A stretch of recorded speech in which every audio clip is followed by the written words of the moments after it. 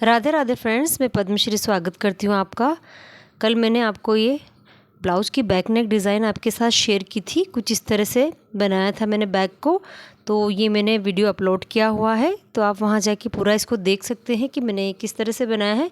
आज मैं जो है फ्रंट की स्टिचिंग बताऊँगी और फ्रंट को हम किस तरह से अच्छे से तैयार कर सकते हैं वो आप सीखिए। तो ये हमारा बेल्ट है, ये 4 टक्स का ब्लाउज़ है जिसमें हम नीचे बेल्ट अटैच करते हैं। तो सबसे पहले हम बेल्ट को अस्तर फैब्रिक और मैन फैब्रिक को एक साथ रखकर इस तरह से सिलाई लगा लेंगे और हम हमारा बेल्ट तैयार करेंगे। तो ये मैंने इसको एक साथ सिल दिया है। अब हम अस्तर फैब्रिक पर इस तरह से सिलाई लगाएंगे। ये देखिए, अब हम इसे इस तरह से फोल्ड कर लेंगे और अच्छे से यहाँ इसको सेट कर लेंगे हाथ से।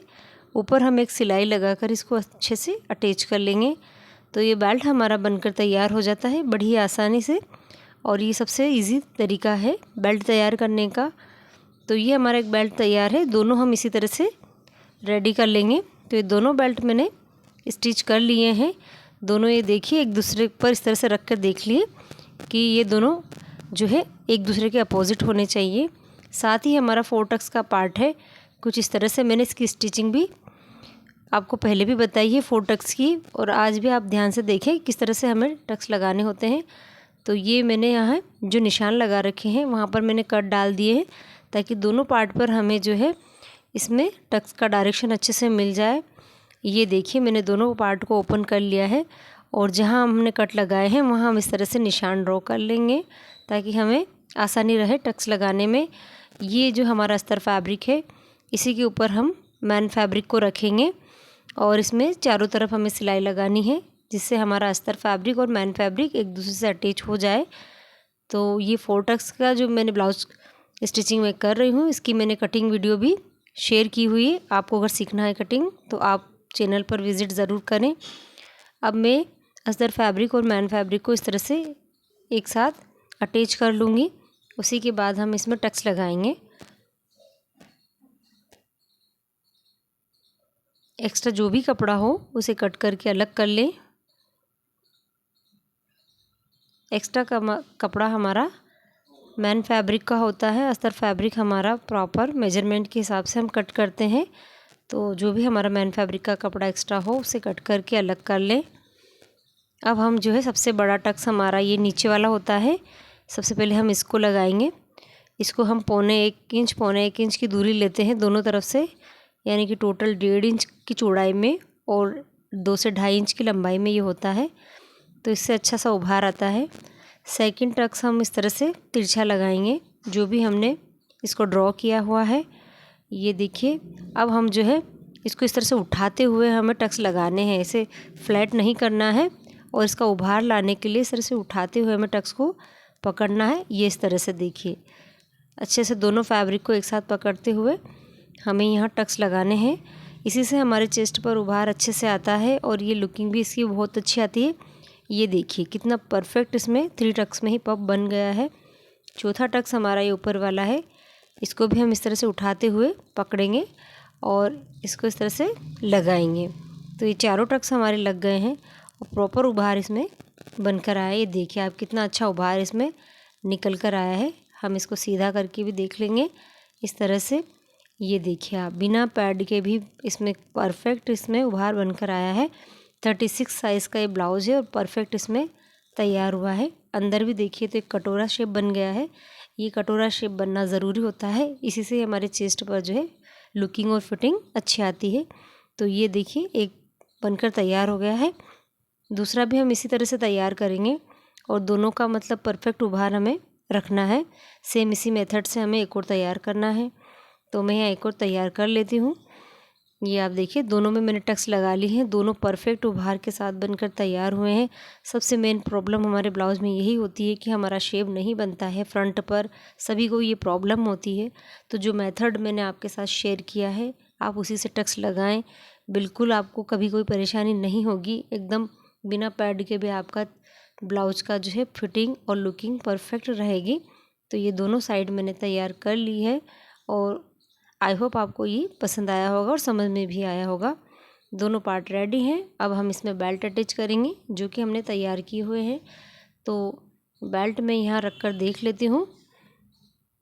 ये इनके बेल्ट हैं, तो यहाँ हम कौन सा किसका है इस तरह से सेट करेंगे दोनों साइड रख कर, और जो एक्स्ट्रा है हमारा पार्ट उसको हम कट कर लेंगे। ये देखिए, अब हमें जो है जो जिस साइड का है उसे उस पर स्टिच कर देना है इस तरह से रखते हुए।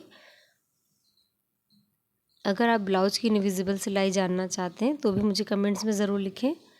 दोनों साइड मैंने बेल्ट अटैच कर दिए हैं और ये परफेक्ट लगकर तैयार हो गए हैं। अब हमें हुकाई की पट्टी अटैच करनी है, तो उसके लिए हमें 2 पट्टियाँ लेनी हैं, एंड एक मैन फैब्रिक की कुछ इस तरह से और एक अस्तर फैब्रिक की।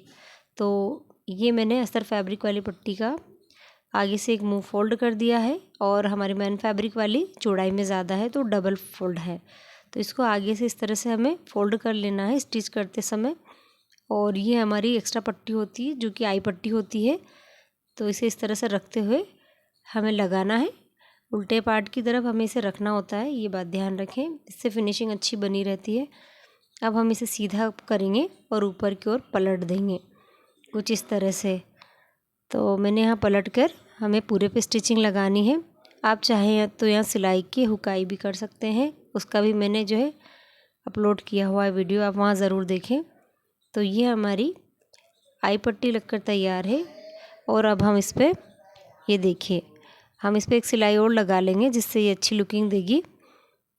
उसके बाद हम इसको उल्टे पार्ट पर चेक करेंगे, तो ये देखिए इसमें फिनिशिंग बड़ी अच्छी बनी हुई है। मैं आपके साथ ज़रूर इसको शेयर करती हूँ। ये फ्रंट और ये बैक दोनों हमारा अच्छा फिनिशिंग से लगकर तैयार हुआ है। उसी के साथ हम जो है एक और पट्टी अटैच कर लेंगे जो हमारी हुक पट्टी होती है। ये सीधे पार्ट की तरफ से हम लगाते हैं कुछ इस तरह से, और यहाँ हम हल्की सी एक चुन्नट देंगे बीच में बिल्कुल बारीक सी। इसे हम जब पलटेंगे और सिलाई या तुरपाई करेंगे तो उसमें आसानी होती है। जो भी एक्स्ट्रा हो कपड़ा उसे हैंड टू हैंड कट कर ले।